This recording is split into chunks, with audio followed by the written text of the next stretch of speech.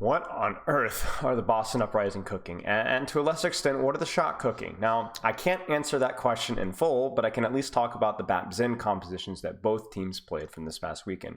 The Atlanta Reign versus the Boston Uprising featured Boston on Lijiang Tower Control Center, rolling on an Orisa BapZen composition, and the exact same composition with slightly different DPS from the Shock versus the Boston Uprising on Nepal Village. Now, what is the purpose of this composition? Is it something we're going to be seeing more in the future?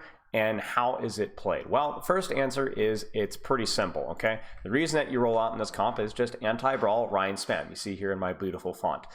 It's just played to pick when you don't want to play brawl, when you can't play brawl, and you think that the enemy team might play brawl, and you need enough spam pressure to put it out.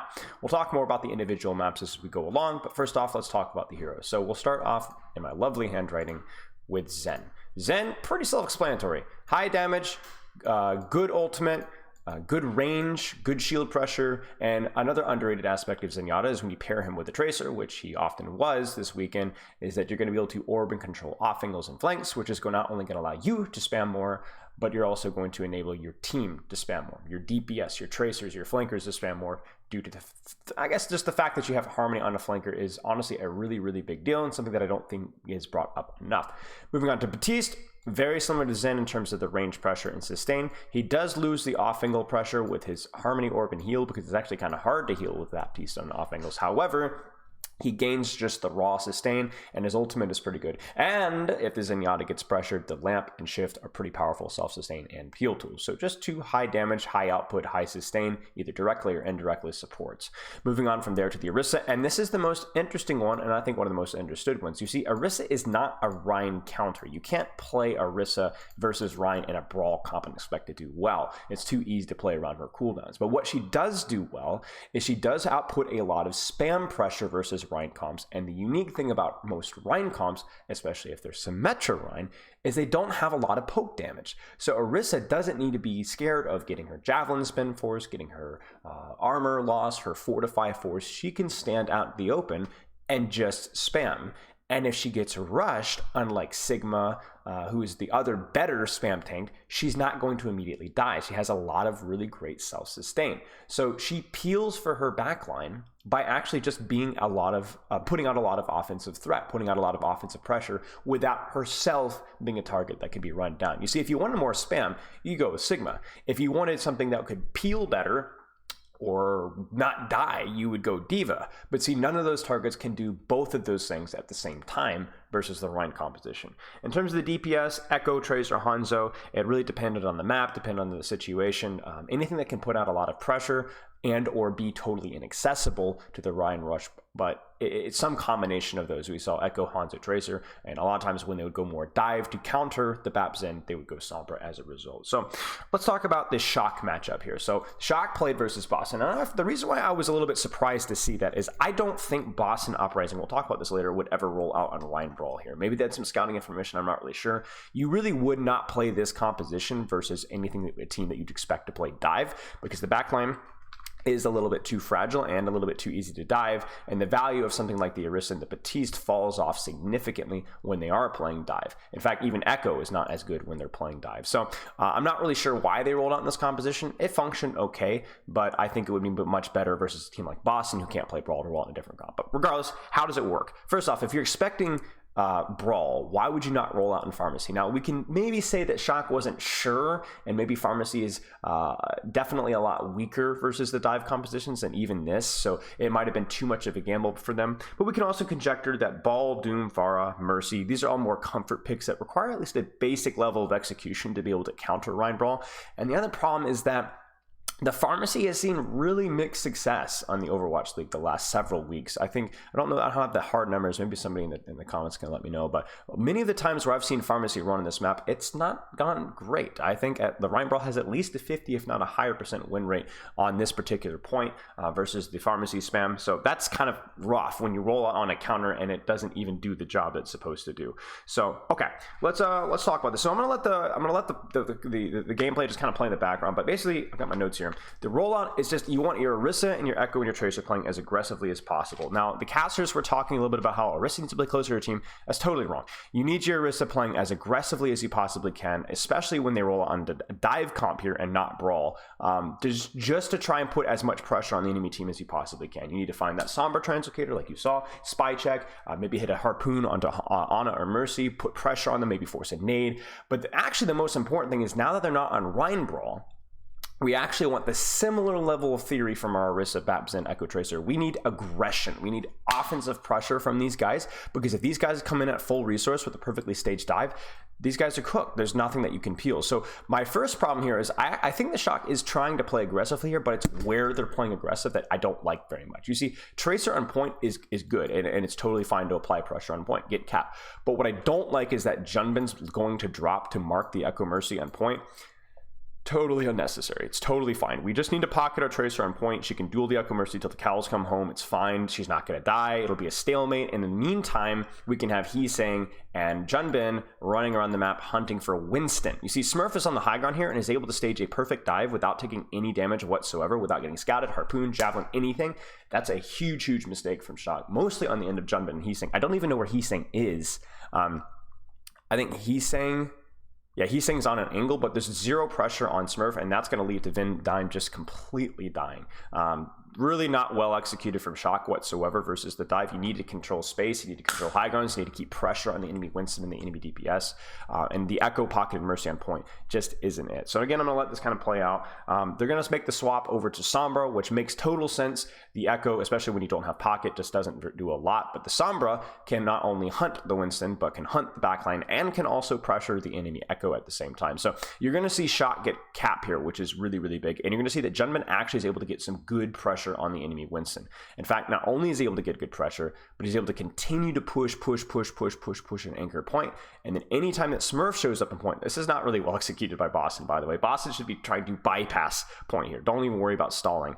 Even the Nano is committed on the Orisa, which is a huge mistake. But you see, this is where Orisa is phenomenal. Like, you're just beating your face into her over and over and over again, and she just has all the self-sustain in the world and the close range damage to completely ruin their day. And so I think this was reasonably well executed by Shock once things got messy on the point, but I think Shock really played poorly in the initial fight when Smurf actually staged around it, which he should have been doing in all the previous, or the fights afterwards. The following fights. And then I think Boston, like I said, really misplayed after that by not trying to control space, going around the Orisa, running your smack face over and over to an Orisa. What is this, ranked? I'm getting like PTSD from playing into an Orisa in my own ranked games. But yeah, anyway. So I think Heesang screws up here. I don't know how he dies. I assume it's a translocator goof up. You can see him. He's in the backline. So he's going to lose his translocator and or get killed. And then honestly, Shock backline really fumbles here. I think that they play way too passively. Again, you see how much space is being given up here. At least we have Junbin on the high ground here, which is nice. But even like him committing his javelin onto Decay there, it's just a misapplication of resources. You need to know your limitations as a Orisa and the anti-dive department. But that being said, is forced with the EMP, and then it kind of snowballs from there. Then we're going to see a Brig swap, we're going to see a Diva swap, and it no longer really resembles the composition that we're looking at. So we're going to move along. Really, honestly, not the best execution from either team here, and I'm much more interested in seeing why Atlanta struggled so hard versus the Boston Uprising. So Boston can't play Brawl. They can't play Brawl. We've seen it a few times on Lijiang, and it has looked as ugly as I am. It's not good. So they're going to roll out on an anti-Brawl composition, or at least in theory, and see how it goes. Again, let's talk about the compositional resources here. So the big thing here, again, shield pressure, pocketing your flankers, pocketing your DPS from range, obviously pocketing your Orisa if she needs support as well. She likely won't, but just putting out as much damage as you possibly can. Still having lamp shift for defensive purposes. These guys are going to try and take angles and flanks as soon as they can to put a pincer on the enemy backline. So even if the Baptiste dies, that theoretically you have enough trade pressure. And then the Orisa, again, early spam. As much shield pressure, as much fishing for javelins on the backline, trying to punish them after they've committed.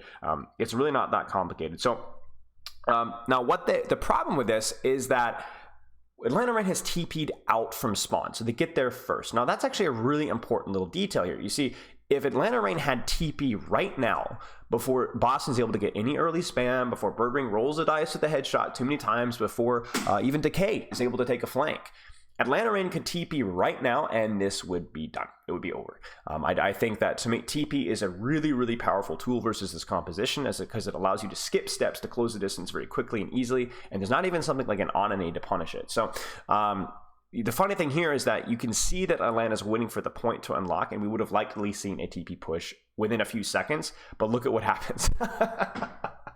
Not only did they get a kill, but they get the kill on lip, and then what you end up seeing here is a really nice pincer. You're going to see Baptiste kiting back towards their point side. Hanzo is now on co-side shooting from the back. Orisa is shooting from the back, and you're going to see the Tracer pincer from behind. So you have like this 4-prong pincer.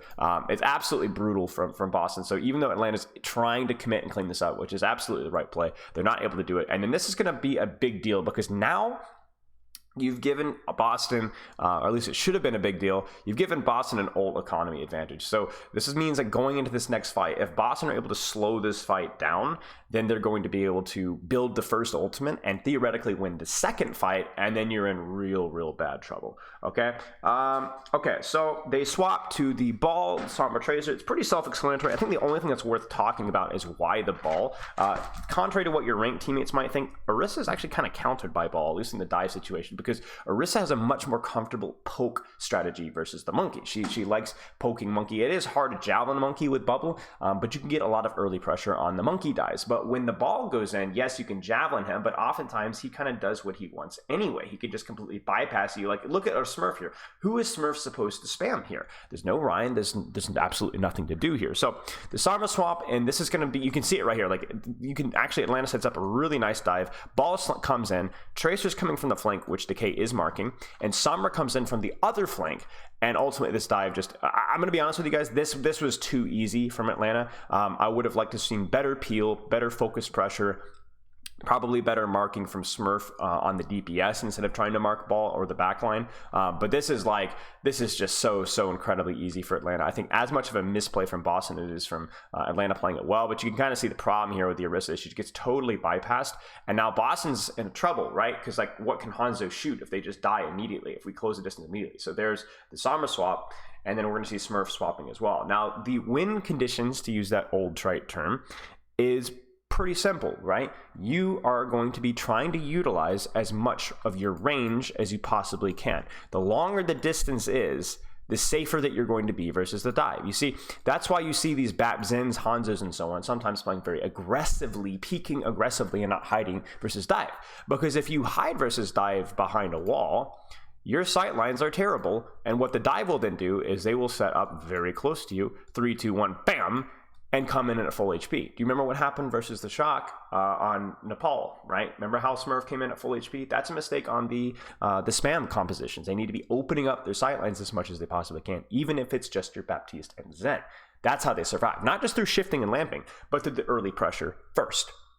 So while they're doing this, there's also stuff that's going to be happening on the periphery. For example, while we're spamming on main, how is our Sombra doing? How is our Tracer doing? You saw part of the failure of Shock, the last Shock, the Boston, that last retake, was the fact that how easy it was for Atlanta Reign to come in from 3 different angles at once. Now, you can't stop the ball from rolling out from top, but the fact that we have the Tracer coming in from the flank that easily, and Decay doesn't even have pocket, and they just win that easily. Terrible. You can't let the Tracer get that close, at least without taking punish. And the fact that Sombra was able to sneak up on Birdring from the left flank and for free, terrible, right? That's where your Sonic Arrow needs to be. That's where you need to be scouting that off angle, scouting that flank, putting pressure and controlling that space. So what we're going to see here is, especially with the Sombra swap, is we're going to see things like the Bap Zen, whether it's the Harmony, the Discord, the range pocket, and so on, trying to help their Sombra Tracer on these flanks a little bit more to help them win their dual scout, control the off angle, so that when the dive happens, it's either desynced, disjointed, half HP, and or they aren't coming in from as many flanks at once. This is called the controlling of space, the controlling of range, and this is how spam beats dive. Now, one other thing I want to talk about, well, you know what? I'm going to wait. I'm going to wait. We'll talk about when it actually becomes a little bit more relevant. So they're going to roll out. They're going to swap to Winston. Winston's just a good general hero from Smurf. He's not going to be able to peel, really, but he might be able to punish, force a locator. Maybe he'll probably be hunting Chio. Maybe he can force some cooldowns from Fielder. Nothing really crazy. It's just the best hero in the situation. Now, you could argue that DV here would work as well, but it's not as much of a comfort pick, and it's a very short range map, so Winston does fine too. So Atlanta Rain's going to come in. They do get a cut from Sombra. They're able to go in with a Winston. The timing of this dive just isn't that clean, though. I would have liked to have seen a better dive from the ball first and then the Sombra off angle. So that's going to allow Lip to stay for a little bit longer. Do you notice that Lip gets his Translocator forced pretty quickly here? And we don't want to see that. We want Lip to be able to stay for as long as he possibly can. It does force out the lamp. And that's all they want to hear. And this is what we're going to call the rubber band effect. So one of the weaknesses of dive composition is that it is very cooldown reliant. In other words, when the ball goes in, the Sombra goes in, the Tracer goes in, whether it's recall, translocator, grapple, slam, your adaptive shields, amp heals from Lucio, everything that is committed there is a long cooldown. Whereas this composition, yes, there's things like Winston Bubble and probably Birdwing's Translocator got forced, and Lamp, to be fair. But there's a weakness and a fragility out of the Atlanta Reign right now, as they don't really have the off angles or cooldowns to dive anymore. But yet these guys can still play the game if they want to. You see, their power is not just through their abilities, but through their M1. But the same cannot be said for this composition. Their power is not through their M1. It is almost strictly through their abilities. And if this was on Hanzo, it would be even more the case. So what Boston need to do is they go, now there's no threat of dive. They don't have the angles. They're out. We need to be taking space aggressively and try to actually either get space to prevent the next dive or maybe even get a kill. This is called the rubber band effect. It's called a snapback. When one team uses their powerful cooldowns, if the other team does not respond powerfully, then they're going to screw themselves over the next time the dive happens. It's all about cycles, right? Atlanta Reign didn't hit the cycle that they wanted. Boston Uprising needs to hit their cycle now, otherwise the fight is screwed. And that's exactly what you're going to see. Boston walks forward. They're going to pop the Baptiste window once the dive window is out, aggressively taking space, and there it is, right? Now, great shot from Izzyaki, and definitely a mistake from Lip. They see Atlanta Reign needs to be completely out, disengaging behind walls. Do not peek. Get ready to set up your next dive, y'all. We're ready to go.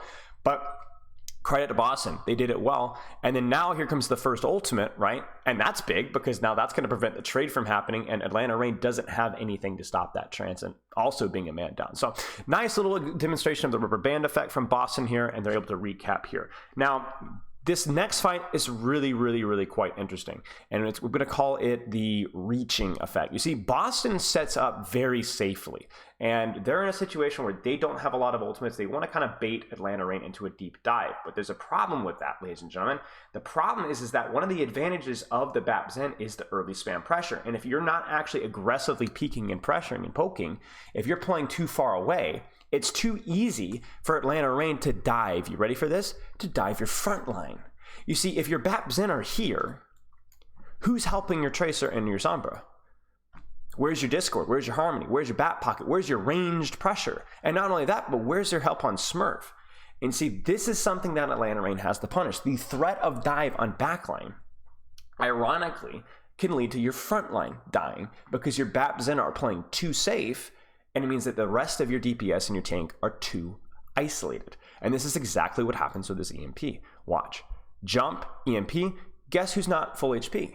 Guess who's not going to be getting pocket? And guess who's also not going to get punished for EMPing out in the open? Versus this Bapson aren't even peeking. So guess what? Kill Smurf. Easy kill. Bam. Just like that. And Decay, honestly, is going to be able to die too. He's going to be forced. I'm surprised he doesn't actually die there as well. But there's at least an opportunity to force his recall. And that's exactly. Now, all Atlanta Reign have to do now is sit on point, force these guys to walk forward to contest point, because they have to walk forward at some point. You can't hide forever. And then that's when you immediately stage your dive. You could even have a Lip setting up in the backline while Tracer Ball are setting up on point, and then 3, 2, 1 immediately dive. That's all we have to do here. The problem is Boston punishes a huge mistake from Atlanta Reign that we're going to call reaching. You see, the problem is if you're not patient and the enemy backline is 1 trillion miles away, and you're not like, hey, let's just kill this guy, y'all, right? Which is what Atlanta Reign already did. But they kill this guy, and then they go, guys, we need to go. No, God, we don't have an off angle set up on these guys. We don't even need to go on those guys. They're too far away. Let them go. Make them walk forward. Make them walk forward because they have to walk forward. We leverage the objective. Then they have to walk forward. Then we can set up their dive. This is a very common mistake, even in pro play, and something that we see all the darn time, where impatience and poor timing Poor angle control leads to something called reaching, going too far, where you don't have angle set up when you didn't even need to, and people get traded in fights that feel won. That's exactly what happens here from the Atlanta Reign. So Atlanta's going to go, okay, we're leveraging point. See, Decay is going to try to stall, but why? Well, Decay can't stall. He's hacked. He's still got a damage boost from the enemy Sombra. He's getting no help from his Baptiste Zen. They're down one. It's over. Boston are cooked. They did not set up their backline aggressively enough. It's over. I mean, even into the enemy ultimates, you have to at least try to force some cooldowns. But guess what? Oh no. Stalker goes in by himself. Dead. Poor timing. Ball goes in afterwards. Sombra, by the way, Lip, not even here. Not even here. This is a two-man dive that not only is done in the wrong order, but done in a 2v2 situation when we should have been at least a 3v2. There's the mines. Trace, surely this will work. Reaching, dead. Not good execution from Atlanta right here. You have to go in two ways. Don't go in at all, or at least go in together. Ball, then Tracer. If we had even just seen Ball, then Tracer actually staging their dive at the proper time, at the same time, this dive would have been over. This map would have been over, and we would not have been talking about it today. So just really, really, really poor timing and poor execution of the reach. I hate to say fallacy, but it's a poor execution of reaching from actually, it's a great execution of reaching, but it's not something that you want to execute on. Donghak is going to swap over to the Winston. That's because of the lack of Orisa now, so that there's no reason not to run the Winston. It's a better hero in the short range situations. Now, this is an interesting fight. We're only going to talk about two more, but I think Boston's in this situation is, again, in a massive ult disadvantage. I think that they played really poorly. There's two different ways that your backline can play here. Slightly brave, then play safe to survive, which is most of what Boston has been doing. But when you're playing into this big of an ult bank, I think that actually you need your Zenyatta to flank, and I'm not even joking. You need your Zenyatta to flank maybe with the Tracer, even versus the Sombra Tracer. If it gets scouted, it happens. But you need to create some sort of chaos, and you need to be hiding, setting up, playing for a cheese. But ultimately, this engage, the fact that they only use beat, and they even traded it for a pulse bomb and just win the fight is not good. You need to kind of roll the dice here if you're Boston. Okay. Last fight. Let's see how this dive goes. Now, I like this little rotation from Boston. They do the exact same rotation, but the problem this time with Atlanta Reign's dive is they don't have the off angle that they had earlier with Sombra on coast. Lip gets his translocator force early. They don't have lamp, guys. Let's go. But the problem is that, again, Sombra Lip is just not set up for this, so they're going to commit the dive in the Kyriel. But Izayaki just easily kites it out, and Lip is actually inside. In addition, Donghak is not able to actually commit to the dive because of the early pressure from Bird Ring onto the front line. So the EMP is mostly what basically buys them time. But there's not enough follow-up on this dive, and then we're going to see the rubber band effect again. So they've committed cooldowns, we've committed cooldowns, push in hard. And it's not just the backline that does this, it's also the DPS and the supports and the tank. So not just the backline, I say. But yes, it's mostly the DPS, it's also the DPS and tank at the same time, and then ultimately that's going to create an opportunity for Boston Uprising to just win this. So nice little kite out there, not a well set up dive from Atlanta Reign that needed to work, otherwise this was never going to work for them, and then ultimately that's pretty much going to be it. So again, Babzen versus dive versus spam, all about creating an offensive threat and pressure early as often as you possibly can, and then being able to snap back the rubber band effect immediately afterwards. I think Atlanta Reign played this particular round really quite poorly, which is understandable. This is not a composition that a lot of teams are going to have a lot of experience playing versus, and that's why you roll out compositions like this. This is why you play the Orisas. This is why you do things like this. Boston won because you create enough chaos on the enemy team to where they don't play it properly. You see, it's easy for me to go back and analyze this and be like, yeah, Atlanta Reign, well, these guys suck. These guys are 8-0, they suck, right? They've dropped 2 maps, they suck. They just didn't have the practice. They weren't able to make the adjustments on the fly, and congratulations to Boston on pulling one of 2 maps that Atlanta Reign have lost the entire season. Let me know if you have any questions in the comments. Hope you found this one educational, and stay tuned to next week where we'll be doing yet another video, hopefully. I guess, is Overwatch League next week? Anyway, I'll see you guys next week. Let me know if you have any questions in the comments. Thanks for watching.